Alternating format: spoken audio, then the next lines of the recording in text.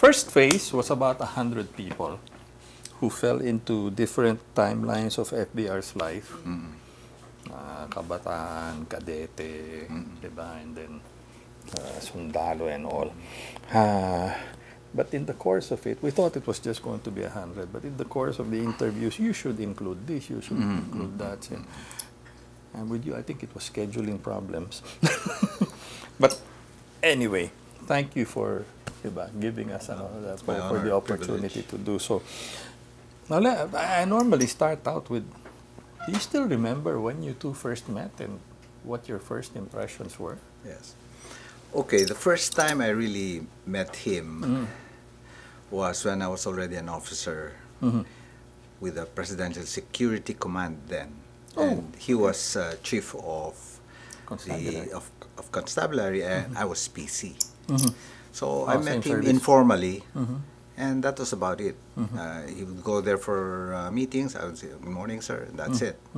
But to work for him, first time was in 1992.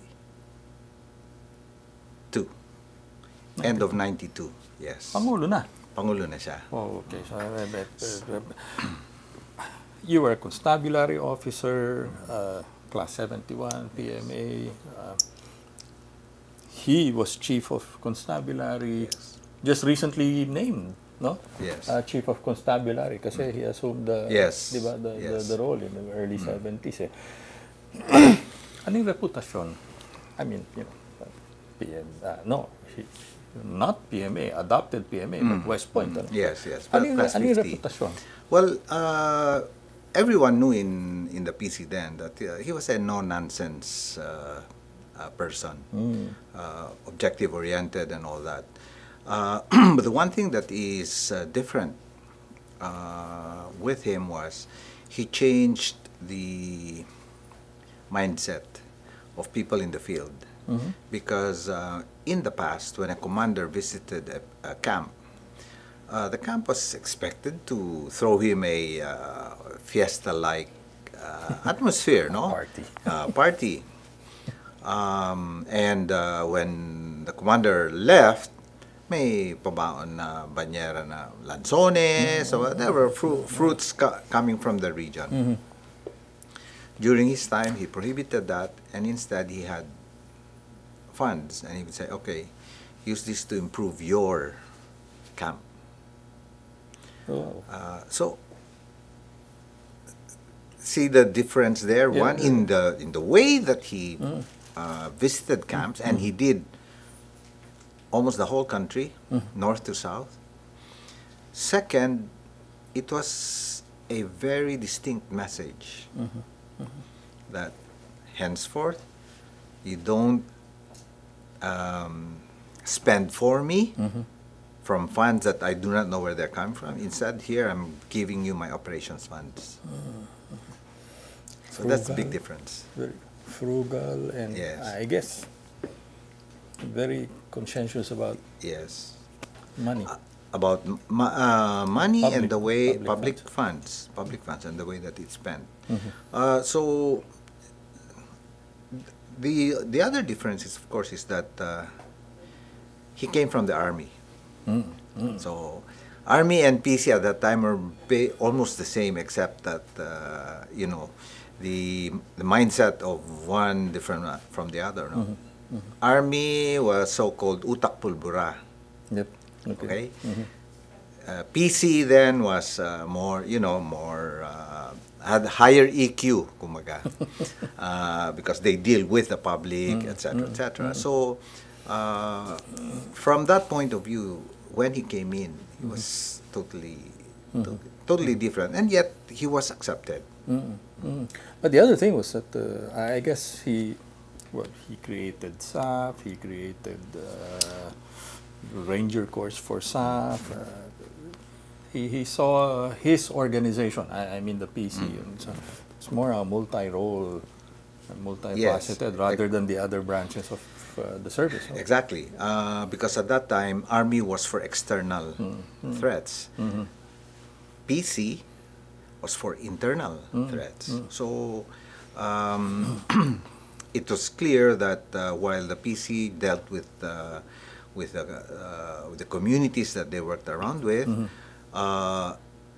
there were the threat was not just crime and peace and order. It was insurgency. There was the NPA. There was now in the south the Muslim secessionist movements, and you cannot deal with them with this kind of police mentality. You have to have military in it, and that's why the SAF is the military counterpart of the Scout Rangers or special units, forces, special forces.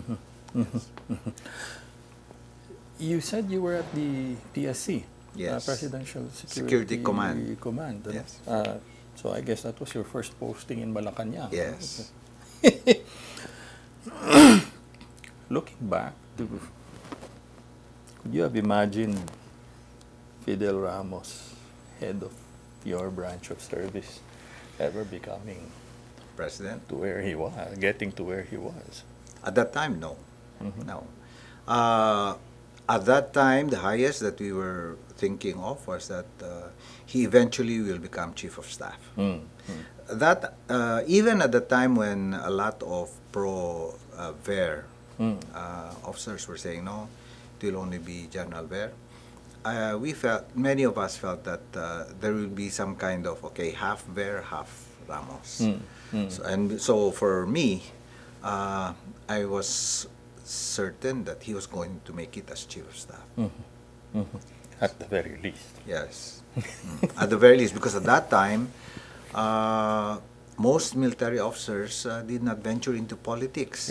There was only one, Congressman San Juan, I think. Oh, okay. At that time. At that time, there was only one mayor who was in politics, and no one went into even local politics as mayor, councillor, etc. They just really, how's that? Old soldiers never die. They just fade away. They just go to the golf course. Into the background. But how long were you posted? Because you eventually were seconded to what, the trade? Yes, and, I was eventually. Yes, office, because of martial law, many of the government agencies requested for a military officer to be seconded to them. Okay. As a liaison for the armed forces, and of course with Malacanang. Since I was with the Presidential Security, the then Secretary of Trade, Troadio Quezon, requested for one. So I was placed on detail with him. And as such, security officer, protocol officer, gopher. Nearly everything. Nearly everything. So when he went out and when he went abroad for conferences, he said, "Would you like to come?" And of course I said I did. And when he was there and he attended meetings, I would also go inside and attend meetings and listen to the exchanges, etc., and then make notes for myself. That was what interested me in the Foreign Service. Okay. When was that? When you were seconded? And 1977 to 79. Oh, okay. Okay. And then in 1979 to 1981, I was placed on detail with as part of the trade secondment, I was placed on detail with the trade office in Chicago. The U.S. Oh. Yes, in the U.S. Okay. Yes. Okay. So you spent really a large part of your professional military service on assignment to civilian intelligence, etc. Because that was part of the intelligence community. You retired in 83, tama ba? No, I resigned, and I had to resign my military commission. Okay. Because I was also being appointed as Foreign Service Officer. That's a presidential appointment as well. You cannot have two. So you have to give up the other. And that's when you joined the... Yes, that's when I officially joined the Foreign Service in March of 1983. Okay. March 18, 1983. March of 83.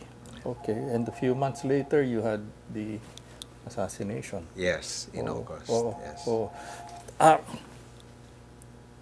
any interactions in between with FBR, or you were going on with your career, and No. he was none at all. No, none. None at all. None.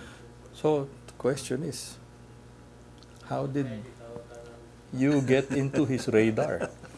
Yes. No? Okay, the culprit, if Okay. I may call it, Sige. is Ambassador Lolita Haney. Oh, okay. Okay. Ambassador Haney. So Okay. Ambassador Haney was my colleague at the Foreign Service. She was Consul General in Hamburg, and then in 1989 I saw her. I met her in a conference in Madrid, together with Ambassador Delia Albert. The two were together, and I joined them, and so that's where I started. May connections kay FBR yung dalawang Yes, yun, di both ba? of them. Oo, Okay. oo. So in 1992, when FVR became president, they took in Mrs. PAYNOR. Oh, okay. It was also on their recommendation. Oo. Mrs. PAYNOR was taken in initially to staff the clinic in Malacanang. But then Mrs. Piner said, you don't need a clinic here because we have the station hospital on the other side, yeah. etc. So it becomes redundant. So, but Mrs. Ambassador Haney said, can you help us here? Yeah, because I will, for household. And said, Mama, I'll try. So Mrs. Piner became head of household, at the palace. Right, at the palace. Right. Oh, Okay? yeah. So the first 6 months. In the visit of the president to Thailand, something happened there. I was with the former chief of protocol, and former secretary of foreign affairs said, well, we need to replace, so we need to find one. Former secretary being Raul? Roberto Romulo. Ah, Romulo. Okay, Yes, okay, Roberto sorry. Romulo. So Ambassador Haney recommended me Oh, to FVR. all right. And then FVR said, and I recall this thing, sabi niya, he said, hindi ba kaklase ni gringo to? He said, oh, pero hindi naman sila, ano. They were, yes, he's a classmate of gringo, but they were never together because he was already in the foreign service. Yeah, right. So I was taken in on a temporary basis, and my first real assignment with FVR was to prepare the visit to Malaysia in 1993, January. Yes. Okay. And that was when he called for me and he said, okay, you make the arrangement, make sure, he said, make sure there are no errors. Wow. Because as you recall, at that time, our relations with Malaysia was very cold because of the Sabah issue. And so, and that's one. And two, we never had a sitting president make an official visit to Malaysia because of that problem. So whenever a president went to Malaysia because of a multilateral meeting, as President Marcos did, went there already before FVR. Yeah, But never an official bilateral visit. bilateral, right. Oh, yeah. So this was the first time. So it's very important. So I did the first. I did the advance. I was by myself. So No team? No team. Wow. No team. I was helped by the embassy. Ah, okay. And so did it in 2 weeks. And in Manila, my main point of contact was Ambassador JUN Losada, who was the appointments secretary of FVR at the time. So between us and between myself and the embassy, we created the program for the president, and it was a success. And from that point on, our relations really warmed up between Malaysia and the Philippines. And did the relations between you and the president also warm up? Yes. From that point on, I think he saw that I was being professional. He didn't know me from Adam, really, because I was never part of the problems that were created By you know, amistad. by my classmates, Ram and all. I was assigned abroad at that time. I was in Washington D.C. Yeah. So I was, in effect, I was on the opposite side of the fence. So when I came in, we had a very good visit then. So from that point on, I never had a problem with the FVR's perception of me as being one side or the other. So I think I was successful in showing to him that I was just being a professional. Let me backtrack a few years then. How did that take to you? I mean, your classmates were planning some bit of trouble, got discovered, were forced to play their hand, and well, eventually FVR joined them. I mean, two sides. I mean, how did you feel about your classmates, largely Ram and 71, doing that, and having told me about the perception and the reputation of FVR in the organization? I mean, was that something that surprised you, what he did? Okay, I was in Washington D.C. when this happened. It was I remember that day because it was also the birthday of my youngest daughter. Well, okay. It was snowing in Washington D.C. at the time, so I went to the office, and one of the information officers who I happened to arrive with at the parking lot said, "Jun, did you hear what happened?" I'm not quite sure because we didn't have instantaneous news at that time. Yes, that's right. He said, "Did you know?" He said, "Enrile and Ramos, there was a mutiny." I said, "Oh, so let's go inside and let's find out." That was the start. This was February 25. Correct. 25, pero tapos na. Nung 25? No, 22 25. nagsimula, di ba? Oh, 22. 22, yeah, so 22, 23, 24. 25 was my daughter's birthday, but that was the day when Lumipad na. lumipad. So, at that point, I did not question my classmates. In my mind, that was no longer a fact to consider, because at that point my main concern was what next for me. Yeah. So I am fully identified with the Marcos group. I was in fact branded as a Marcos loyalist from that point on till I proved myself otherwise. And so it was a question of survival. I had 3 young kids. My wife was with me at that point. So what to do next? Oh, given the Given the disturbance. Yes. And so after that, weeks later, when things died down and it was definitely the Marxists were already ousted, we stayed on, but a lot of our colleagues were already contemplating on resigning, as they did, and stayed on. So for me, me and my wife, we talked, and she said, I told her, even if there was no change, if Manila told us, go to Africa, we would have gone anyway, right? So she said, yeah. So what's the difference between that and now they're telling us to go to Africa? Of course, from Washington D.C. to Africa, Ang laki nun jump. laki na jump. From number 1 post to number whatever. That was our last post. Real hardship post. But sabi naman, nagplebo naman tayo eh. Di ba? So, well, just to prove that that I was a professional, I went and brought the family. Just to prove a point. So I brought Mrs. PAYNOR and the 3 girls To Africa. To a hardship post. Yes, just to prove a point. So, and then from that point on, I guess, as far as the Foreign Service is concerned, they had no problems with me. Yes.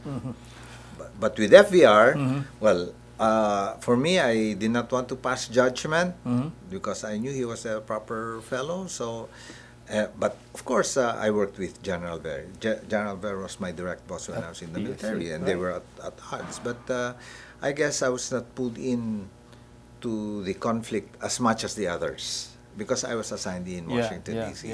So at that point, my direct boss was Ambassador Benjamin Romualdez, Kokoy, the famous or infamous.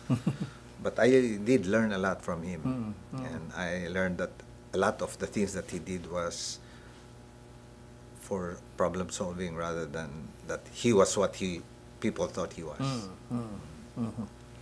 Whoa. That's another story. Yeah. Interestingly enough, ano?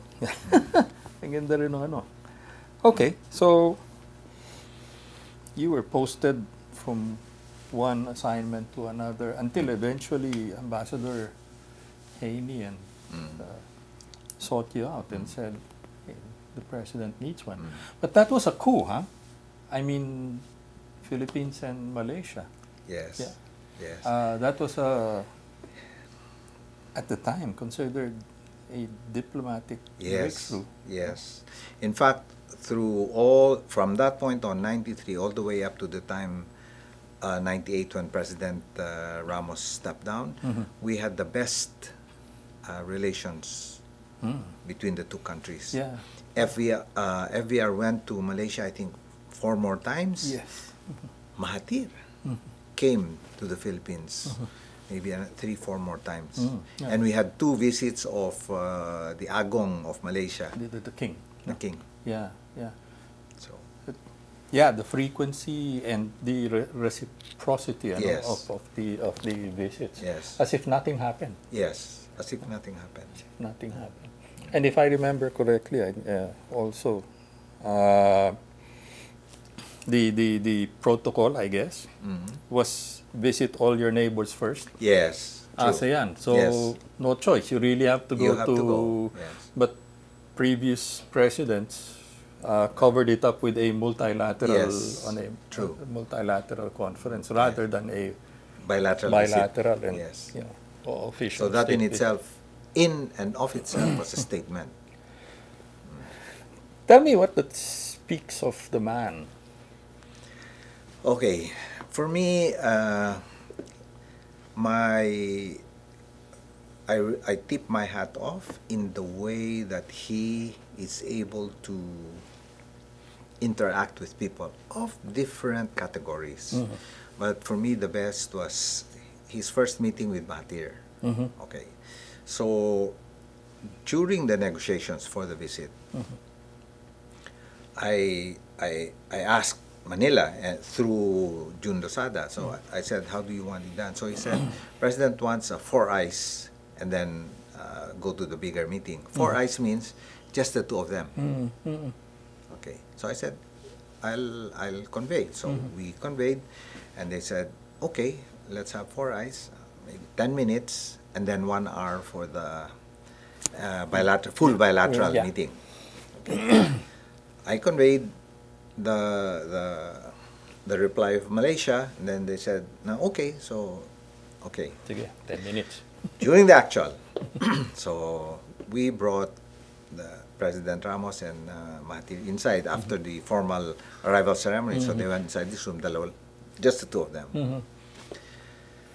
After 10 minutes, the chief of protocols looks at his watch and says, it's 10 minutes, we should go in. And so I said, of course, we follow, we defer to the protocol because they're the hosts. They were the hosts, right. So we went, he was also hesitating, he knocks, he opens the door, and the 2 are talking, and they don't look at us. So he goes out and he says, let's give them 5 more minutes. So then after 5 more minutes, he goes in again and looks, and they're still talking. And then when he comes out, I said, I think the President and the Prime Minister are into very, very important talks. Can we allow them to just talk and then come out if they finish? Yeah.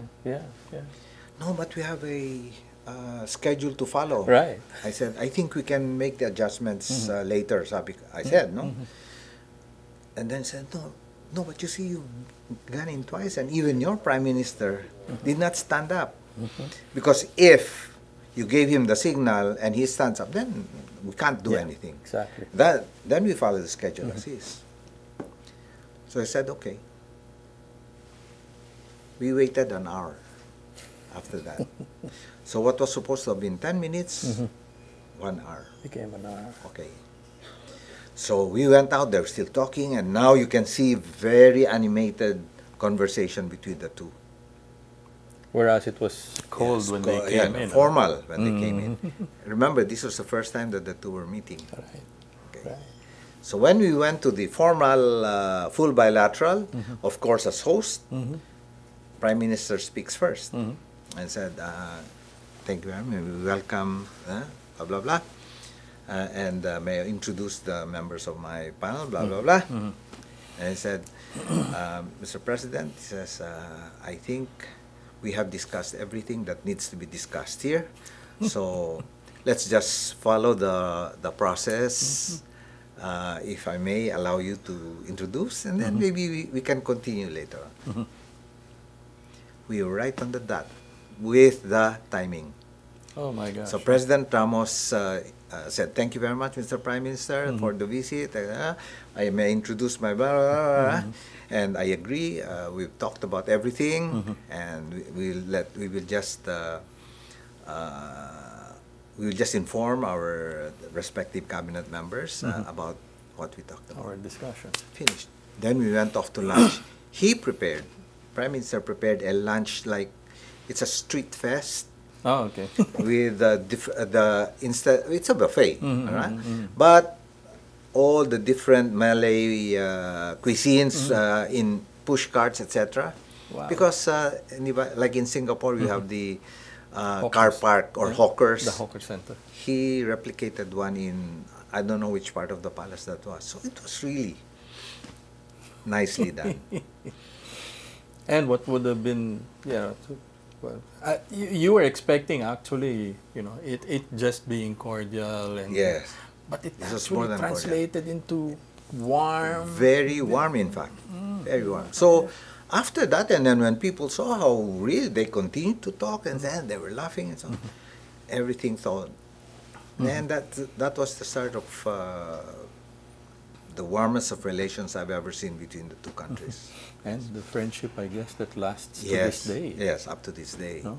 Terrific. And it extended to Prime Minister's Mahathir's children, who also knew and who got to know President Ramos's children, and up to now they still communicate. Terrific. Okay. FVR also, well, I mean, it wasn't unknown in the DFA. I mean, he carried with him some DFA DNA as well. Yes, yes, of course. The son of Of a former secretary. Narciso. Yes, Narciso Ramos, Ramos, yes. Yeah, so terrific. Tell me your role. The official function was chief presidential protocol office or Yes. officer. The common joke is if you're with protocol, you develop calluses in your hand because you're carrying the satchel or briefcase of your principal or an umbrella or opening doors because that's all people see. Right? That's the outside. That's the tip of the iceberg. Unbeknownst to many, protocol is one job where the work in itself develops your decision-making capability Real quick. real quickly. You're thinking on your feet because if anything wrong happens, you are responsible for it. Protocol actually, and presidential protocol especially, ensures that the event of the president, regardless of if it's a 10-minute meeting, it's a 1-hour meeting, it's a social gathering, it's a state function, that they that there's no error as much as we can, and that the objectives are achieved at the end of the event. That is that the president comes out of it happy, knowing that he has achieved something. Okay, so because you don't go to an event just for the sake of being there. There's always an objective. So we have to know what the objective is, we have to achieve it. And as you plan for how things go, there will be, by the nature of events, things can go wrong. And if they go wrong and there's nothing you can do about it, you have to be able to proceed to plan B or plan C or plan D without people realizing that there was an interruption. So, for an event where most people who don't know anything about its preparation see that the president comes, blah, blah, blah, blah, etc., and then leaves and everybody's happy, then we would have achieved our goal. That's protocol. Oh my gosh. Tell me how much more challenging it was, given the kind of man you were working for. Okay. President Ramos was a kind of man who does not want, yes, he's one of the best note takers ever. So even on a one-on-one like that, he made a summary of what Prime Minister and President and himself talked about into a summary and distributed this to all of the cabinet members present. And my God, you could never have put it better in just a sheet of paper or two, I think, at that time. So that is how much of a guy he is. Now, when he knows that you can already read him, he will change the rules. So he keeps you on your toes every time. Pilyo. Pilyo. And that's putting it kindly. Yeah. So, hindi nga talaga. No, totoo. So, okay, we already know what he likes. He wants this, he wants that. Okay. So we're able to perfect it at a certain point in time. So we're comfortable. We start being comfortable. Nothing goes wrong. He doesn't call us for whatever he thinks we did wrong. And then all of a sudden he calls me and says, and taking me to task for why did this happen. And I've learned that when he's angry, the only correct answer is yes, sir. I will try not to let it happen again next time. Talaga. No So, reason. yes, sir. Ano? Yes, sir. And don't reason out. Yes, sir. So, after that, I go back to the office and say, okay, guys, meeting. Henceforth, it will be like this. 1, 2, 3, 4, 5. So, we reassemble, we try to, and do it the way that he said we should. So, okay, fine. After a bit, we get to master it. Then one event, something else wrong happened, and he calls me. Changes the whole thing. So he likes keeping people on their toes. Yes. Okay. He does. He doesn't want you to be comfortable. No. How long was a regular working day for you, sir? Okay. I mean, given the fact that, okay, what he wakes up at what, 4 4. o'clock, knocks off at what? On a good day, 10 o'clock. Yes. Agreed. So, 18-hour days, normal. So, because I'm with protocol, I have to be there an hour before and leave after he does. So he ends at 10, you take off at 11. If Yes. he's at the office by 5:30, you have to be there. 4:30. But his first official function every day, or almost every day, was at 6:30. Yeah, yeah. Right? Yeah. His LEDAC or Yeah. his personal, the selection committee. Yeah, the clusters. The Yeah. clusters. 6:30 in the morning. So Mrs. Paynor, who's head of the Malacanang household and has to prepare everything, we are there by at 5:30 in the morning. It kind of helped with Mrs. P. Yes. Yes, in the it same, did. in the same It did. organization. So It worked very well, if I may say so myself, no? Because one, it used to be that household and protocol were always at odds. And Yeah. protocol and security were always at odds. Now, because I used to work with security, they knew that, and I took care of their needs. Then there was no friction between security and protocol. Now, between protocol and household, Ms. P knew that I knew what I was talking about. So she would say, so what do you want? Okay, I said, you fix it this way. And they would fix it that way. No questions asked. Oh my So gosh. everything worked very well. Santa Maria. Yes. With the president like FVR, it had to be that way. Otherwise, I remember the briefing notes, if you don't mind, and the thick portfolios. yes. I mean, they were thick already to us, right? It was probably a lot thicker for the cabinet. You were behind that, no? also, You- yes. Most of the time. But I had the separate team do that. yes. No? But was that a result of working for the kind of fellow you were working for? Yes. It certainly did. Because that's what he needed. That's what he wanted. Now, the previous president, not referring to Cory, President Marcos, you can have a thick briefing paper, but the requirement was you had to have at most 2 pages executive summary. And we all know, more difficult to do an executive summary than to do the full report, right? So we had to do that for then, and that's what I saw.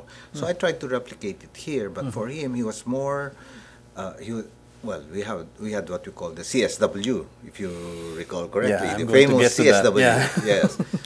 And so everything was there, but we always put a 2-page executive summary. Made him happy in a way, but they always had comments because the guy's mind was always working and looking out for other things because, well, that's how he is. It's That's very what he is. fluid, no? Very fluid. Uh-huh. Yes. And is it true? I mean, I have to get this from you. Up to the last moment, before heading up that podium, there were still, edits and changes that what he would probably say. Yes, but that in itself was was done at the last moment, like in the car. He was not just sitting there waiting to be transported. He was there with his red ball pen, a pen. What's the brand of it? Pentel. And making notes for himself.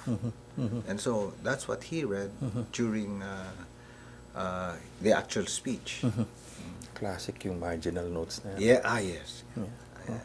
I have not seen anyone do it better than him.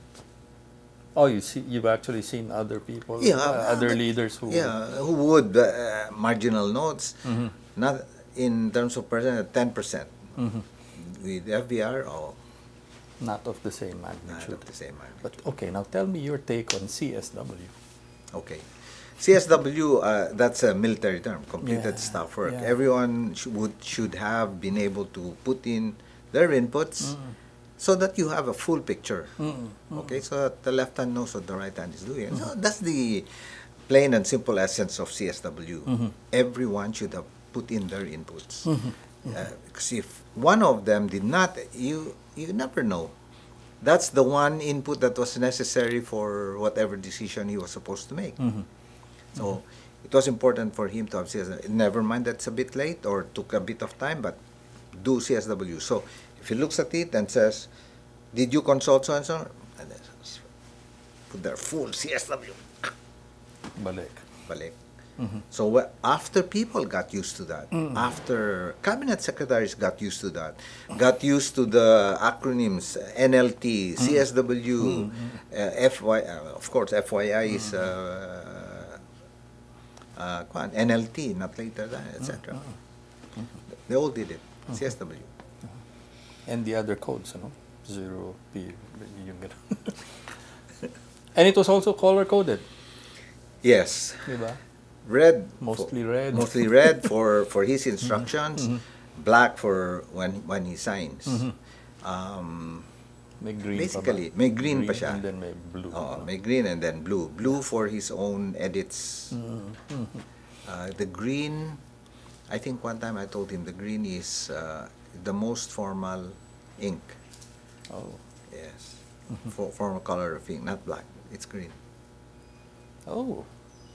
So you would Saudi the king of Saudi Arabia, etc. And it's sign in green. It's green. Oh, ano? Royal.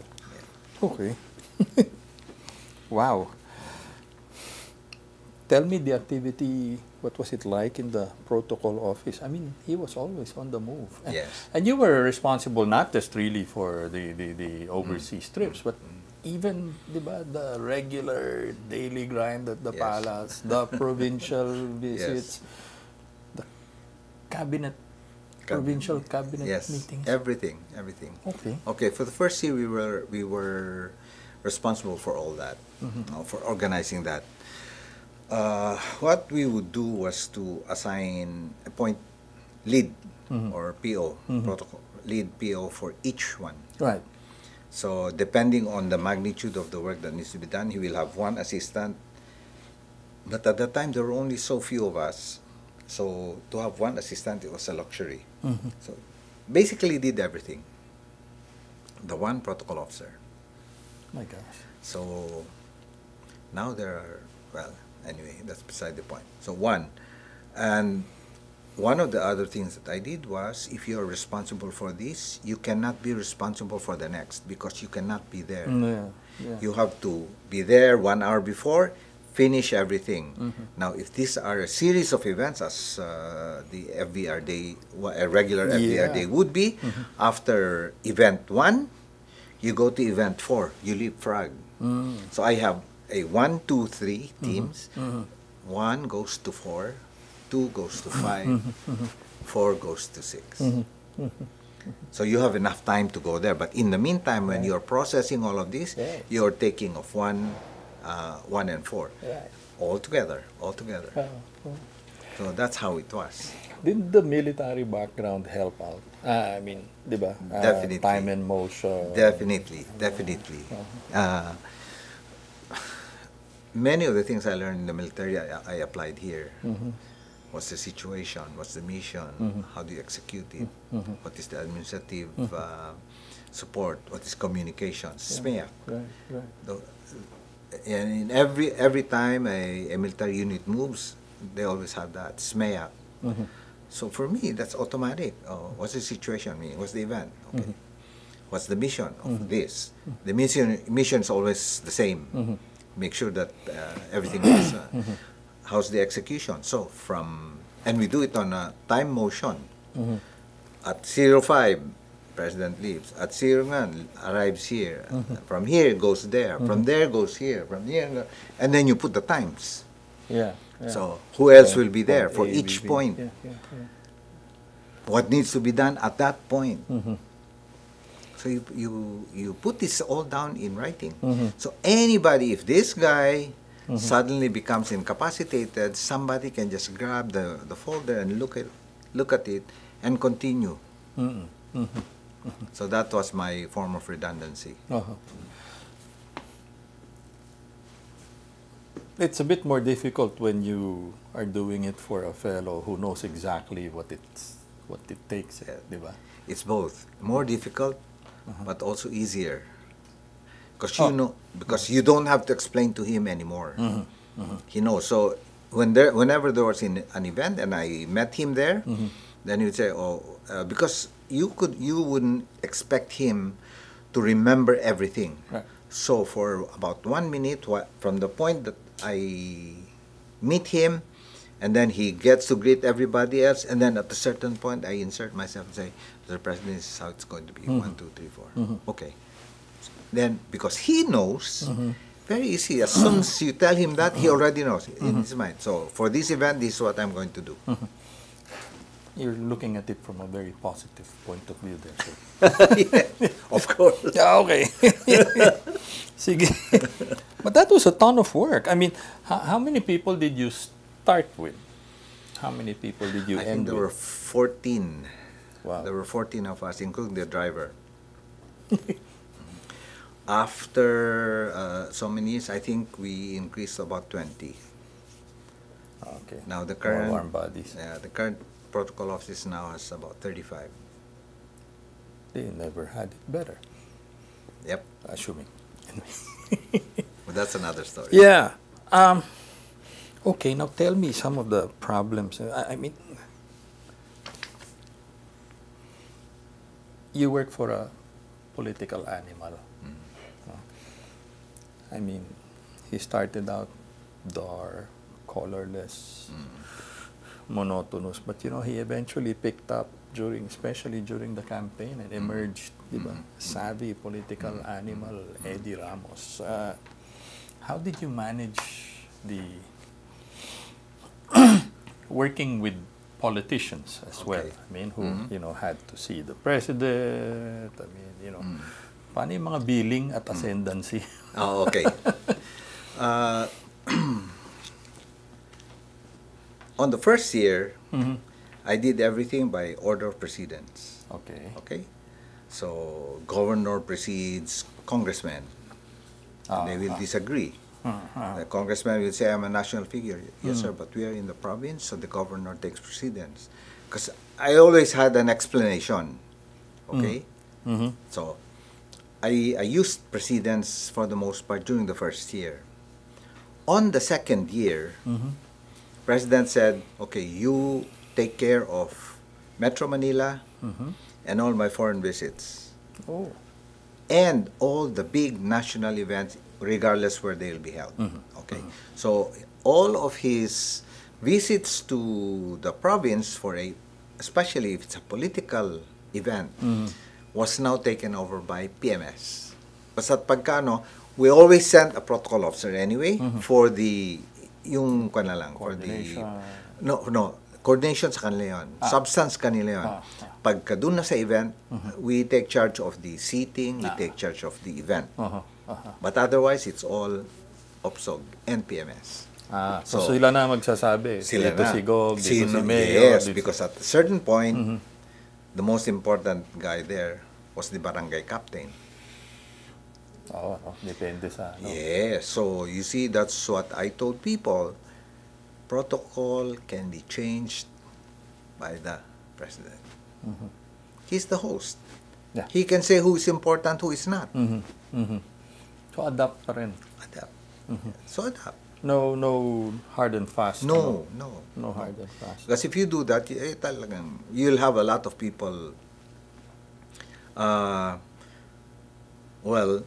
complaining about you. So what exactly happened was that if anybody starts complaining, and then they go to the president and complains, but before that, I would already have told the president about an incoming problem, about a possible problem.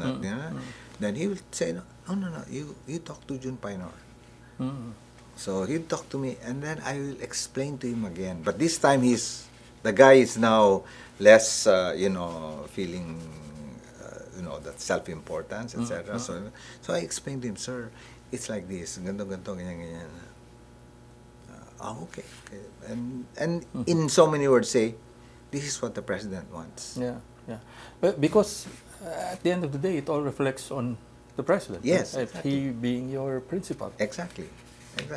So for me, I don't care who I'm talking to, as long as you do not say what needs to be said with disrespect. Yeah. As long as you're very respectful and you defer to their rank and position in government, then there should be no problem. Okay. Foreign trips. Egos and personalities. Yes. You had politicians, you had cabinet officials, you have businessmen, industrialists, all joining you. And the occasional newsman and journalist who, all of them wanting to, grab a minute or so with the president. How do you handle that? Yes. Exactly. Again, That falls on your shoulders, right? yes. For this, I always go back to basic principles of order of precedence. So Okay. the principle is, if there's only one chair, who sits in it? Pangulo yun. Pangulo yun, no? Just in case, if there are two, who sits in it? Pangulo and the most ranking. Yeah. And in this case, it's Mrs. Ramos, because she takes the precedence of the husband when they're present, when both are present. Okay. If there are three chairs, who takes the next seat? So ganun lang yon. Yeah. Ganun lang yon. So, so there's this particular senator who kept haranguing me with the fact that he, being a senator, is more senior to cabinet members. Talaga. Because they pass judgment on cabinet members who have to pass through the commission on appointments. Okay? So my explanation to him was, sir, the order of precedence is 1, president, 2, vice president, 3, senate president, 4, House. Speaker. speaker of the house, 5, Chief Justice. chief justice, 6, 6. Cabinet. cabinet, 7, Ayun yung senador. senate, 8, Congressman. congressmen. So even in our plates, Kako, it has been accepted from the very beginning that cabinet members are the alter ego of the president. Yeah. Therefore, they get number 6. You are number 7. That you, in the Commission on Appointments, pass judgment on them is part of the separation of executive, Yeah. legislature, and judiciary as a check and balance. But when it comes to order of precedence, that is set. Oo, ano. Tinanggap naman niya. No, well, he was still complaining. And then he became Secretary of Foreign Affairs. Secretary of Foreign Affairs. Yes. And then when he became Secretary of Foreign Affairs, he sees me and says, Jun, come here. Says, now I know exactly what you told me many years ago during FVR's time. So, that was how to resolve it. 4 seating and 4 order. I always emphasize order of precedence. Now, for joining members, Yeah. like the Businessman. no, first sorry. the businessmen. For businessmen, I asked the Secretary of Trade to do it. My excuse being, I don't know them. Yeah. So the order of precedence is order of importance in terms of what? 1, how big they are, investments. 3, how close they are to the president. Because it matters. These things matter. Correct. Okay? That's a delicate balancing act you're doing every time. So. Every time. Every single time. Now, for media, we know who the prima donnas are. We are told Oo nga. we take special care of them. Only because we don't want to, muddy the waters. Because it doesn't help antagonizing them. And FVR was pretty... sensitive about... Exactly. So media for that, handling. yes. With special handling, but also we asked that somebody from the Office of the Press Secretary take care of them, and that Right, was right, our Maro. lady for the longest time, Tita Chi. Of course, yeah. Ayun, tama, for the longest time. From Marcos. Makapag. So she knew exactly how to handle them. They respected her. So problem solved. Yeah. You have any problems? Tita Ching. Ganun lang yan. Yeah. So I'm totally responsible for it, but I have the help and cooperation and collaboration of everyone. So. I've asked it of nearly every cabinet officer I've interviewed them for the project. And tell me, what was it like? I mean, yeah, there were personalities, but how did FVR, for example, keep it all in check? Like I said, the president had a very good way of judging people, I think. And I believe that. And two, he knew exactly how to handle them. He would allow, sometimes pinipitik niya, you know, sometimes by ignoring them. But for the most part, most of his cabinet members were people who knew of their respective capabilities and had no insecurities. So for people like this, whatever it is that you tell them to do, they will do it, and they will talk to others. And therefore, at that time, let's say Secretary Romulo was working very well with Secretary of Trade, the late Navarro. Roy. So it worked very well. And they knew who the boss was. They knew exactly who the boss was. They knew they couldn't twirl him around their fingers.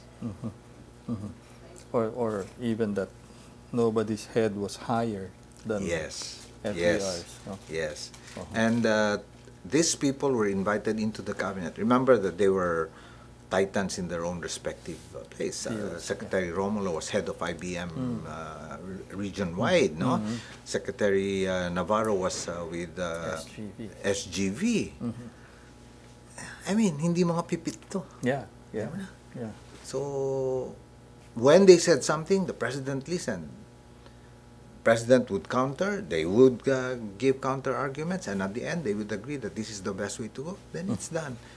So they feel that their advice is taken, and all the other cabinet members who get into the fray of the dialogue give their own perspectives, and then at the end they all collaboratively say, okay, this is the way to go. So for most part, especially economic situations and issues matters. Political, that's a totally different story. Pero maliwanag na yung final decision talaga. Yes, the final decision was his. And that all of these people in the cabinet knew that they were dealing a man who took decisions or who made decisions, hindi wishy-washy. And appreciated, I guess, the feedback and the input. Yes. So, as always, there will be criticism, and then at the end of the day, when things progress and the whole thing becomes successful, then they say, oh yeah, we made the right decision, thanks to this guy who makes the decision. Next few questions: foreign relations as a tool. Your impressions of how FVR utilized foreign relations as a tool for governance and development? ASEAN, APEC. Yes, AFTA. I saw him look at nations in the manner in which they were able to help us as a country. So he gave more importance to the countries that he felt were crucial to our economic and political growth. Therefore, the U.S., ASEAN, of course, because they're our neighbors, and by being with the 10 member nations, the 9 other member nations, we show a position of strength. So he cultivates this very much. Europe, with certain countries, yes, the UK, Germany, because these were our principal trading partners at that time. And the EU. The EU, China, and the Soviet Union, of course, because these were part of the a different economic system, political and economic system. So he did, but he was very astute in, and I guess he had a lot of advice from other people as well, not only just Filipinos, but also from elsewhere, his classmates from West Point who have already been placed in high positions of importance. Statesmanship then, ano? Yes, it is. He studied.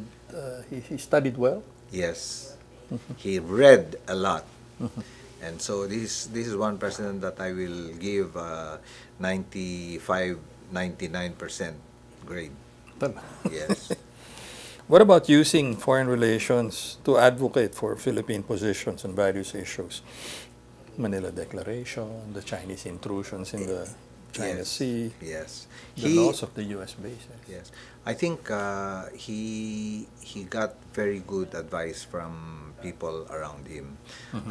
Maybe I'll not mention names, but let's say for the Chinese, he got very good advice from Filipino Chinese who I feel had no vested interest except that of the Philippines.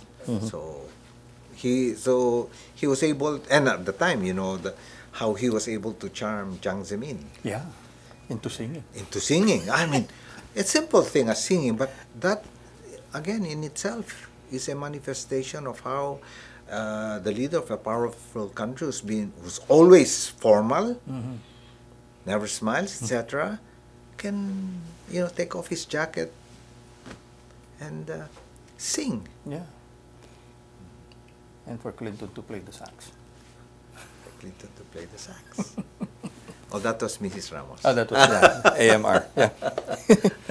Tell me also your impressions of how he was able to reconfigure the mission of the DFA. And I'm talking about the hard lessons learned from the Contemplacion Maga. Okay. Always wanting to, there must always be a PhilCom meeting in all my Yes. Yung ganong klase. That contemplation thing, of course, we learned many lessons from it, and one of the lessons, of course, is how, and with due respect, media can twist facts, Well, it took a life of its own. and then it took a life of its own. But I believe the president had a real sense of how, at that time, the importance of the community became more and more, important. No, I mean, it used to be OFW. We never really bothered about it. And then, if you recall, the former speaker, De Venecia, said, they're already contributing. Let's give them tax break. Let's not let them pay income taxes. And can you imagine what that did? Income taxes, how many millions did we lose? Yeah. Lose? Yeah. But how many billions did this group contribute to the Remittances. economy? So, and that was where, and to your point, first we had the political, and these were the three main pillars: political, then we have economic, and that's why you have the trade delegation, and Filipino community. And we always had a Filipino community gathering, regardless where it was that we went. Yeah. All three must be complete. Talaga. Yun yung ano, Yes. yun yung tripod. So that's my directive. All three must be there. Political, Yeah. economic, Political, And- economic, and PhilCom. Philcom. Oo, no? I mean, no matter how big the event was, it was a United Nations conference or, APEC. But, and then, makikita mo talaga, may PhilCom eh. Yes. Uh-huh. Yes. It did bear some fruit though. The Migrant Workers Act, protection. Exactly. So, Exactly. Yes, yeah. because at that point everybody believed the story, so it became a movie, right? yeah. Oo nga, no? Right. But now it kind of leaves a bad taste in the mouth, if you ask me. Okay. One final point Yes. sa foreign relations as a tool. FBR also touched base with especially the Muslim world, bringing them into the negotiations with the MNLF. No? Indonesia came, then observers from the Middle East that became part of the negotiation and observation team. That was again quite an exercise in skill Yes, and I savvy, agree. no? I agree. Real politics. I agree. In many respects, he listened to the advice of many, and those who were giving advice were actually Christians, and they were not Muslim. As you very well know, some of in the past, our Muslim leaders were giving him advice on the basis of their own vested interests. Yeah. No? So we reached out to the Muslim community through the OIC. We reached out to the other Muslim communities, and to my mind, that contributed a lot to the government and MNLF's coming together. Yeah. Yes. Yeah. They knew that, but the MNLF knew that they had big brothers to look out for them. Yes. Yes. You became you became synonymous to the office of presidential protocol, and it wasn't just it wasn't just really FVR. I mean, every other president after him had you in the stable, and it all started with FVR. Yes. And you say that he didn't know you from Adam, except that you were both from the PC, constabulary, and that was it, no? So was it boon or bane? Your tour of duty with him. You served full length, no? Yes. All 9 yards. 5 exact years now. Because when you came in. I came in 6 months after, and 6 months before he finished, he told me, it's time to go, for you to go and be assigned. Get posted. Yes, because if I waited until he finished, he knew exactly what how it happens when you are at a high profile position, and then all of a sudden you're no longer there, and people just kick you around. Looking out for you. He was, definitely. He was. As Official- I'm sure he looked out for all of his people Sundalo as much pa rin. as he could. Yeah. Asal sundalo. Yeah, Or take care of the commander welfare pa of your men, yes. That's one leadership trait. rin. Also, during his term, he took to modernizing and professionalizing the foreign service. Didn't he? Yes. No? Tell me some of what you recall. Well, He did, no? I think he took this to heart because primarily in deference to his father being... His DNA in him. Yes, because of that DNA in him. No?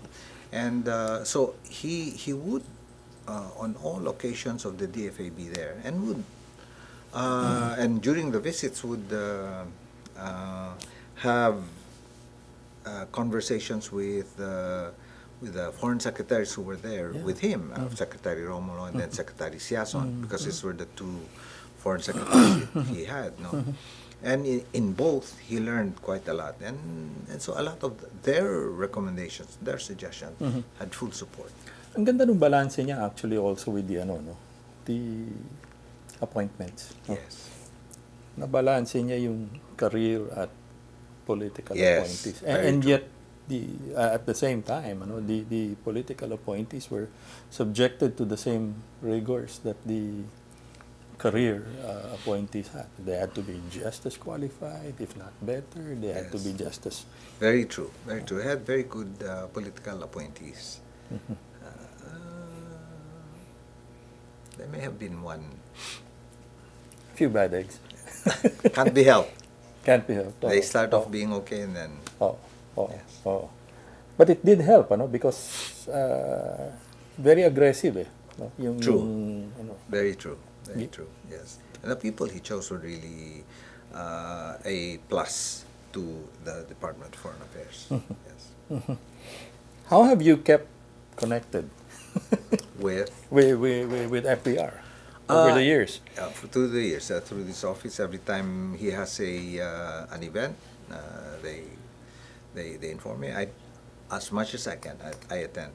If he's If you're in abroad, country. if I'm in country, if I'm abroad and he happens to drop by, I come to see him.